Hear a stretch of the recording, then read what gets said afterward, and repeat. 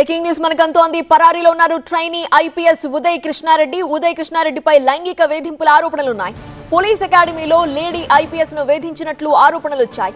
Lady IPS complaint తో పోలీసులు case file చేశారు. ఉదయ్ కృష్ణారెడ్డి స్టేట్మెంట్ రికార్డ్ చేయడం కోసం పోలీసులు ప్రయత్నిస్తున్నారు. అయితే హైదరాబాద్ లో ఉన్న 2 అడ్రస్ల్లో ఉదయ్ కృష్ణారెడ్డి లేడని పోలీసులు చెప్తున్నారు. మరి ఉదయ్ కృష్ణారెడ్డి ఎక్కడున్నాడు? పూర్తి వివరాలు మా ప్రతినిధి రంజిత్ నాడి తెలుసుకుందాం. రంజిత్, ఉదయ్ కృష్ణారెడ్డి పేరెంట్స్ ని కానీ లేదంటే అతని స్నేహితుల్ని కానీ కాంటాక్ట్ చేసే ప్రయత్నం చేశారా పోలీసులు? అతను ఎక్కడున్నాడని అనుకుంటున్నారు? ట్రైనీ ఐపీఎస్ ఉదయ్ కృష్ణారెడ్డిపై అత్తాపూర్ పోలీస్ స్టేషన్ లో కేసు నమోదైన తర్వాత 9 రోజుల్లో కూడా అతనికి విచారణకు హాజరు కావాలనేది కూడా పోలీసులు నోటీసులు జారీ చేశారు.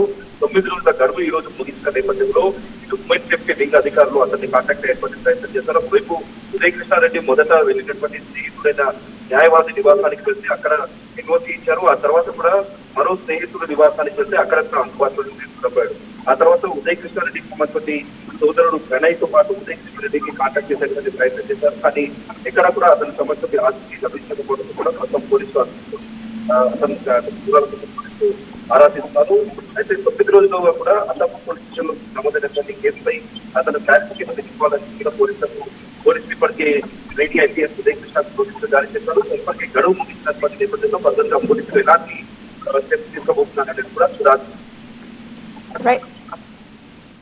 Okay Ranjit, thank you.